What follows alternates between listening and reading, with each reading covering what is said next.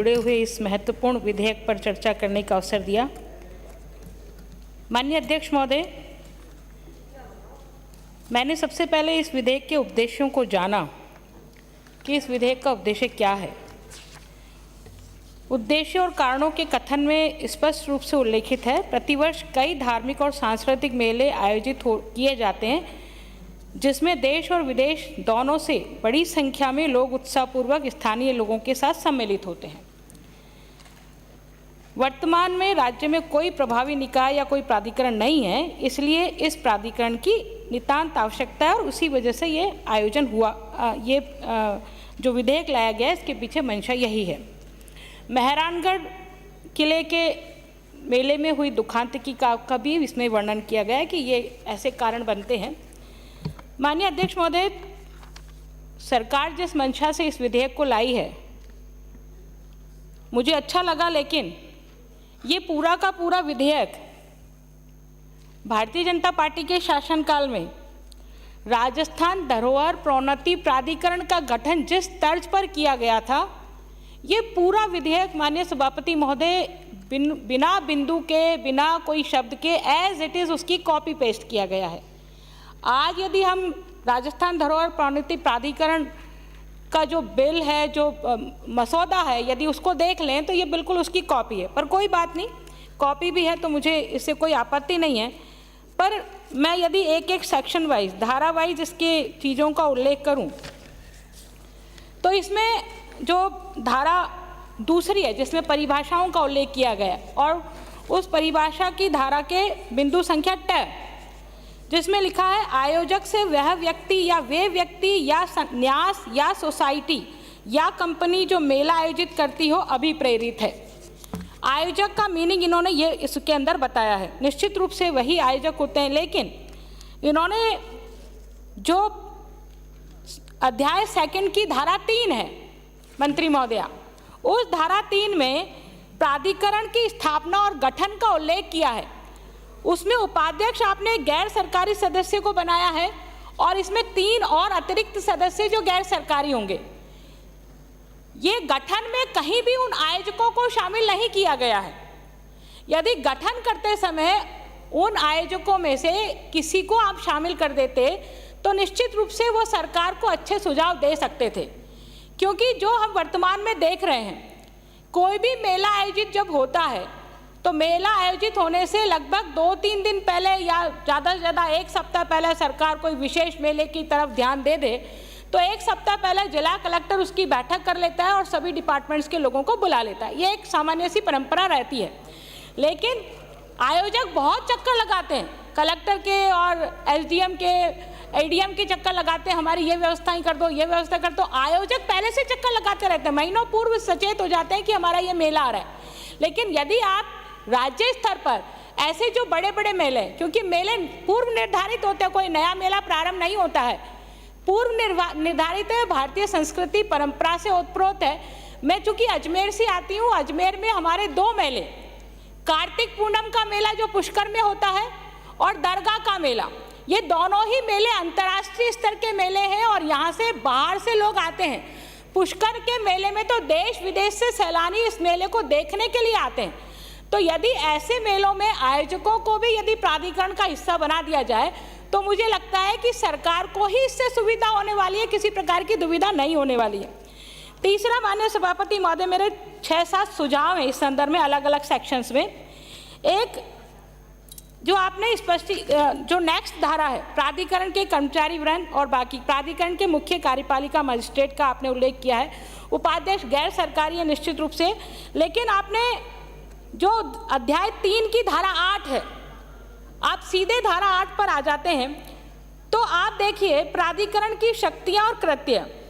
प्राधिकरण मेलों के उचित कार्यकारिणी विनिमय प्रबंधन के लिए विनिश्चय कर सकेगा, साथ ही राजस्व स्रोतों के संवर्धन के लिए सरकार या अन्य स्रोतों से अनुदान द्वारा निधि की व्यवस्था करेगा। सरकार से निधि मिले तो यह ठीक है, लेकिन अनुदान, इसमें कौन सी संस्था अनुदान देती है मुझे तो नहीं समझ में आता। संस्थाएं व्यवस्था जरूर करती है, मेलों में आने वाले लोगों की सुविधा, पार्किंग की व्यवस्था कर सकती है, खाने पिलाने की व्यवस्था करती है, लेकिन सरकार को कोई अनुदान दे ऐसी कोई व्यवस्था नहीं होती है। तो मुझे इस पर थोड़ी सी आपत्ति है। आप अनुदान शब्द की बजाय कोई और शब्द इस्तेमाल करते तो मुझे लगता वो ज़्यादा फिट बैठ सकता था, लेकिन अनुदान कोई भी आज तक जितने मेले आयोजित होते हैं, अभी तो श्रावण मास चल रहा है माननीय सभापति महोदय, और सनातन संस्कृति के जितने मेले हैं वो श्रावण मास से शुरू होते हैं, कार्तिक की पूनम तक हमारे यहाँ वो सारे मेले चलते हैं। मेले पूर्व निर्धारित है, तिथियां भी पूर्व निर्धारित है कि कौन सी तिथि को कौन सा मेला आयोजित होगा, चाहे वो जयपुर हो, अजमेर हो या कोई सा भी मेला हो, तो पूर्व निर्धारित मेले होते हैं। हमारा प्रशासन मेले के एक दिन पहले ही जागता है, उसके पहले नहीं जागता। तो इसलिए आपने जो कहा है, देखिए आपने अनुदान द्वारा जो शब्द लिखा गया है इसकी जगह आप दूसरा शब्द को अपनाइए। तीसरा, आपने धारा 8 धारा है उसका सेक्शन 2, उसमें लिखा है मार्गदर्शक सिद्धांत मेले के आयोजकों पर आबद्धकारी होंगे, और बाद में तो आपने दंड की भी बात कर दी उसमें, है ना। माननीय सभापति महोदय, मेले के जो आयोजक होते हैं, कोई मेला कोई व्यक्ति आयोजित नहीं करता है, ये पूर्व निर्धारित है और वर्षों से परंपराएं चली आ रही हैं। वर्षों से जो आयोजक होते हैं वो तो और सुविधा देते हैं उस मेले में कि किस तरह से दर्शनार्थियों को, आने वालों को सुविधा हो। यदि आप उन्हीं आयोजकों पर दंड रोपित कर देंगे, कारावास दे देंगे और उनको नियमों में बांध देंगे, तो कोई चला करके नहीं आएगा कि हम आयोजन समिति के मेंबर हैं, सब गायब हो जाएंगे फिर। तो ऐसी स्थिति में आपने जो मार्गदर्शक सिद्धांत है वो निश्चित रूप से हमारे जो कार्यपालिका मजिस्ट्रेट, जो आपने आगे चलकर आगे धाराओं में कहा है कि जिला मेला समिति बनाएंगे, वो जिला मेला समिति फिर करेगी क्या? वो उनको तो उनको व्यवस्थाएं करनी है आयोजन में, और यदि उनको व्यवस्थाएं करनी है तो सारी व्यवस्थाएं यदि दुरुस्त हो जाती है तो किसी प्रकार की कोई दुर्घटना की आशंका नहीं रहती।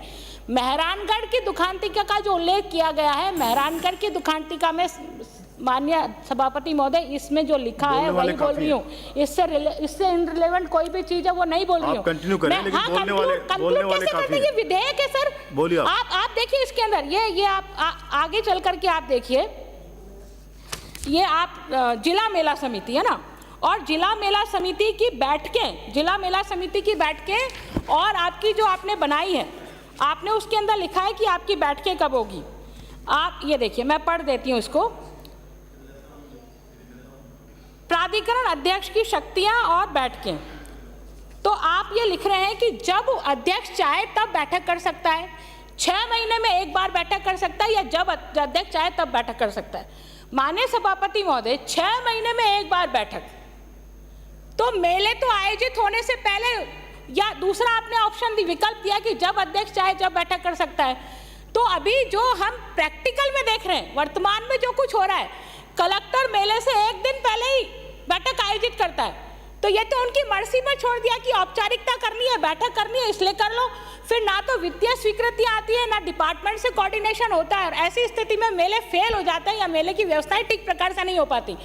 तो जो आपका राज्य स्तरीय प्राधिकरण है, वो राज्य स्तरीय प्राधिकरण तो आपके मेले चूंकि डिसाइडेड है, तिथि तय है कि कौन सा मेला कौन सी तिथि को होना है, तो आप ऐसा नहीं कर सकते कि इसमें ये उल्लेखित नहीं कर सकते बिल में कि जब मेला डिसाइड है, आप डिसाइड कर लीजिए कि कौन कौन से मेले राज्य स्तरीय अंतर्राष्ट्रीय मेले हैं। उन अंतर्राष्ट्रीय मेलों की तो कम से कम बैठक आप डिसाइड कर लें कि महीने में उस मेले के आयोजन से 1 महीना पहले, 2 महीने पहले निश्चित रूप से होनी ही चाहिए। यदि आप ये इस बिल में लिख देते तो मैंडेटरी हो जाता है कि उनको बैठक करनी ही करनी है। ऐसे में आनन फानन में बैठ के करते हैं। तो ये जो आपने लिखा है जिला बैठक, और आपने जिला बैठकों के बारे में भी यही लिखा है, प्राधिकरण की बैठक के प्रत्येक 6 माह में कम से कम एक बार और अध्यक्ष के मर्जी पे होगी। और इसी प्रकार से जिला समिति की बैठक भी आपने लिखा है कि बैठक अध्यक्ष द्वारा विनिश्चित यथास्थिति किसी भी समय जब भी अपेक्षित हो आयोजित की जा सकेगी।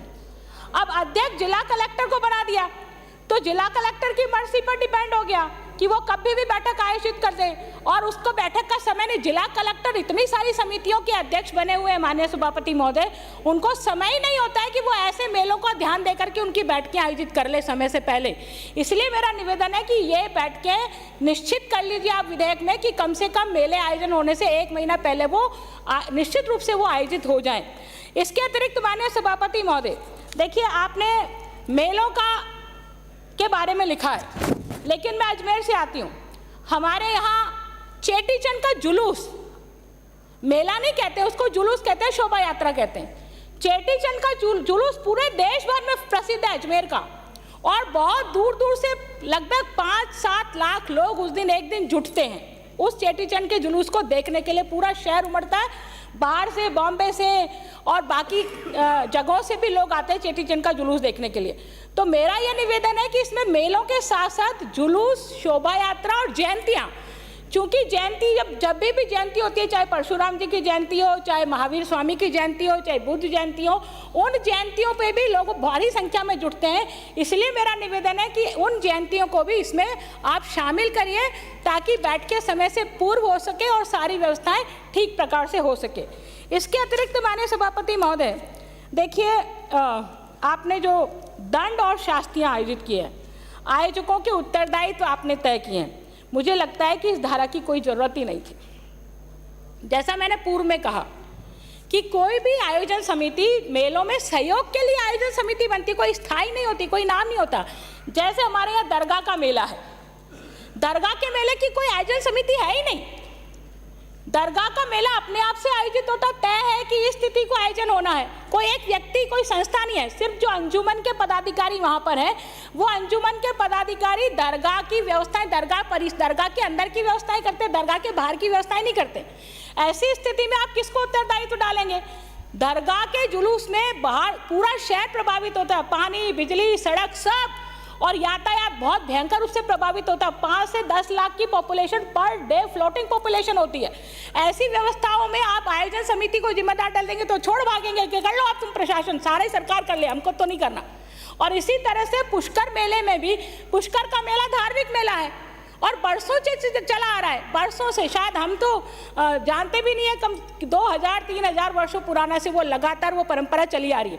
और अपने आप से ही होता है, कोई व्यक्ति सामने आकर के नहीं करता है, अपने आप से पूरे कोई चिट्ठी पत्री नहीं लिखी जाती उसके लिए कि भाई पशुपालक आए पुष्कर मेले में और आ जाओ। पशुपालक बिना निमंत्रण के ही आते हैं कि कार्तिक का मेला है, चलो भाई पुष्कर चलो, हमारे पशु बिकेंगे। तो मेरा ये निवेदन है कि कोई आयोजक समिति इसमें होती नहीं है। इसलिए ये जो आपने सेक्शन दिया है, आयोजकों के उत्तरदायित्व में मेला क्षेत्र में वाहनों के लिए मूलभूत पार्किंग की सुविधा करना, भिन्न भिन्न प्रवेश और निकास बिंदु को उपलब्ध कराना। आप मुझे बताइए कि आयोजन समिति जो है या जो व्यवस्थाएं करनी है, वो पार्किंग की व्यवस्था कैसे करेंगे? कहाँ से, कोई जमीन ऊपर से ले आएंगे क्या? ये तो प्रशासन को ही तय करना है कि भाई ये क्षेत्र हमने पार्किंग के लिए निर्धारित किया, यहाँ से एंट्री होगी, यहाँ से एग्जिट होगा, ये यातायात व्यवस्था को तय करना है। ये उनका उत्तरदायित्व कहाँ से आ जाता है? सुरक्षा कार्मिक अभिनियोजित करना। अब मुझे बताइए सभापति महोदय, पुलिस की वहाँ जरूरत है, वो कौन से सुरक्षा कर्मी लाएंगे? क्या उनके पास पैसा है क्या आयोजक समिति के पास? या कोई रेवेन्यू वो इकट्ठा कर रहे हैं क्या? कोई पैसा कहीं से आ रहा है क्या उनके पास जो वो सुरक्षा कार्मिक लगाएंगे? पुलिस को सुरक्षा करनी है मेलों में, और पुलिस जब तक सुरक्षा नहीं करेगी तो वो सुरक्षा कार्मिक व्यक्ति कहीं से लाने वाला नहीं है। इसी तरह से आयोजक और अन्य उत्तरदायित्वों का जो विहित किए जाए वहन करेगा आयोजक। अनुज्ञा के में यथा उल्लेखित निबंधों और शर्तों को जो नियमों द्वारा विहित किए जाए पालना करेगा। निश्चित रूप से आयोजक ये कर सकता है कि वो जो नियम है उनकी पालना करे, लेकिन वो सुरक्षा कार्मिक लगाएगा, पार्किंग की व्यवस्था करेगा, ये संभव नहीं है माननीय सभापति महोदय। और इसके अतिरिक्त आप देखिए, यदि मेला आयोजन के दौरान आयोजक की उपेक्षा के कारण किसी प्रकार की जीवन हानि होती है तो वह लोग दोनों में से किसी भी भांति कारावास से, जिसकी अवधि 2 वर्ष तक की हो सकेगी, या जुर्माने से, जो दोनों से दंडित किया जाएगा। मतलब 2 वर्ष तक का कारावास और जुर्माना। इसका क्या मतलब है? सीधा सीधा इसका मतलब क्या मैं ये समझूं कि भाई आप ये बिल ला करके जो मेले आयोजित हो रहे हैं उनको बंद करना चाहते हैं? वो जो समितियां आगे से आकर के सहयोग करना चाहती है उस मेले में, आप हिंदू संस्कृति के जितने भी ये मेले हैं उनको बंद करने की मंशा रखते हैं कि इसके द्वारा आप बंद करने की मंशा लेकर के आ रहे हैं इस बिल के द्वारा? ये बहुत निंदनीय है। वर्षों की परंपराओं को आप क्या करना चाहते हैं, मुझे समझ में नहीं आता इस बिल के द्वारा। और फिर माननीय अध्यक्ष महोदय, आप ये देखिए, मतलब किस तरह से मेला आयोजक समिति को तो आप किसी प्राधिकरण में नहीं डालेंगे, प्राधिकरण की बॉडी में नहीं डालेंगे, ना तो राज्य बॉडी में डालेंगे, ना जिला स्तर की बॉडी में डालेंगे, लेकिन जिम्मेदारी के नाते से आपने सारी जिम्मेदारी धारा 18 में और धारा 17 में सारी जिम्मेदारी आपने आयोजकों पर छोड़ दी है। तो मुझे लगता है कि आयोजकों पर छोड़ने के नाते से आप इन आयोजकों को हतोत्साहित करना चाहते हैं, और हतोत्साहित करके आप इन मेलों को बंद करने की मंशा रखते हैं। माननीय सभापति महोदय, अंत में मैं 2-3 चीज़ें कह के अपनी बात को पूरा करती हूँ। आप देखिए, इसमें धार्मिक सांस्कृतिक मेले आयोजित किए जाते हैं। अब आयोजित नहीं किए जाते, वो अपने आप ही आयोजित हो जाते हैं। अब तो परंपरा बन गई है। ये आप वित्तीय ज्ञापन, वित्तीय ज्ञापन में लिखा है राजस्थान राज्य मेला प्राधिकरण विधेयक 2023 के खंड 3, 6, 8, 9 और 14 यदि अधिनियमित किए जाते हैं, यदि नहीं वो तो होंगे ही होंगे अधिनियमित, आप ऐसे कैसे पास करोगे, हमारे सुझावों को इसमें संशोधन नहीं लेके आओगे, तो राज्य की संचित निधि में से व्यय अंतर्विलित होगा। राजस्थान राज्य मेला प्राधिकरण की स्थापना के लिए उपगत किए जाने वाले अनावर्ती और आवर्ती व्यय की संगणना कर ली गई है। आपने कैलकुलेशन लगा लिया। आवर्ती व्यय के लिए लगभग 1,15,00,000 रुपए प्रतिवर्ष अपेक्षित है। माननीय सभापति महोदय, सिर्फ एक पुष्कर मेला ले लें, पूरे राजस्थान का एक पुष्कर मेला, इस 1,15,00,000 रुपए से कुछ भी नहीं होने वाला, कुछ भी नहीं होना, जीरो, ऊंट के मुंह में जीरा है ये। इसलिए मेरा निवेदन है कि मेला वाइज आप यदि ये एक मेले के लिए, पुष्कर मेले के लिए निर्धारित करते हैं, तो मैं समझती हूँ कि राज्य सरकार की मंशा है कि मेले अच्छे से आयोजित हो और हमारी जो परंपरा वो बनी रहे, परंतु आपने ये ऊंट के मुंह में जीरा डालने का प्रयास किया है और जिस लेवल पर नीचे खर्चा होता है उस खर्चे के अभाव में ये जो मेहरानगढ़ की दुखांतिका का उल्लेख किया गया है, उसका सबसे बड़ा कारण यही था कि जो संसाधन होने चाहिए थे वो नहीं थे, ट्रैफिक भीड़ की अपेक्षा ज़्यादा हो गई। हम 1 महीने पहले यदि मीटिंग कर लें तो हमें पता पड़ जाएगा कि कितने लोग आने वाले हैं और कितना भीड़ वहाँ पर होने वाली है। लेकिन हमारा ये 1 महीने पहले बैठक का एनालिसिस नहीं होता है, एक्सरसाइज नहीं होता, और इस वजह से हम ये आनंद फानन में जब कोई चीज़ करते हैं तो उसके इस दुखद परिणाम में उसकी परिणति होती है। इसलिए ये बिल को 3 माह के लिए जनमत जानने के लिए प्रसारित किया जाए, तभी ये बिल जिन उद्देश्यों के लिए बना है उनको सार्थक करेगा, उनको प्राप्त करेगा। इतना ही कहकर मैं अपनी बात को पूरा श्री अशोक लाहोटी।